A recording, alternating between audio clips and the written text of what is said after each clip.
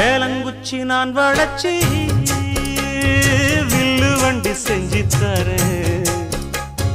வண்டியில வஞ்சி வந்தா வள்ளச்சி கட்டி கொஞ்சம் வர